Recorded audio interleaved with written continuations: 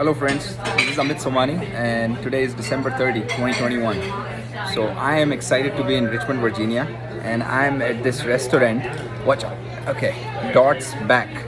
And I've been here before, it's a nice place. But what is more exciting is that I am in the company of a very dear friend of mine or a mentor, Mrs. Inger Rice. And we have enjoyed a friendship of over 15 years, into our 16th year now. I first met her in the year 2005 and it was really dancing, my interest for dancing, that connected us and that sort of introduced us. And then since then we have had a number of meals and outings together, and I've benefited from her experiences and she has given me advice over the years, and I'm very grateful for the friendship. So I wanted to take her out to lunch today, and here she is. Hello, Mrs. Rice. Hi. And I wanted to ask her maybe a couple of questions, and I think this may help at least me and my kids, and if not, also people beyond that, to learn some things about life and experiences of giving back, because she has been a champion and a philanthropist. And what I have been really amazed and inspired by the most in her is that she never has ever bragged about it.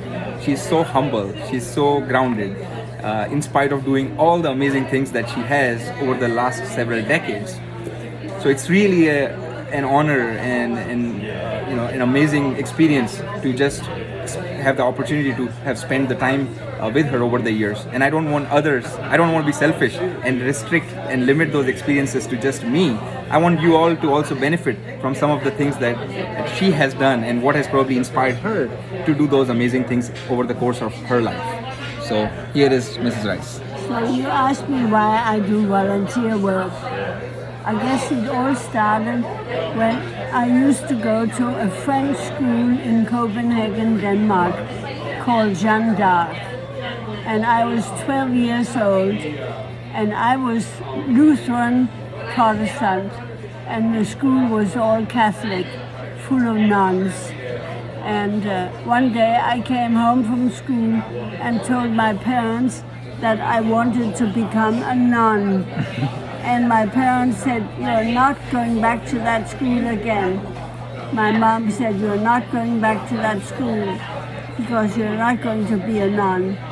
My father said, "Well, I have paid the tuition for the whole year, so let her go back for the year."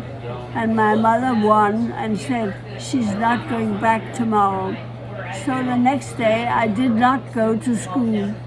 And that day the British flew over Copenhagen.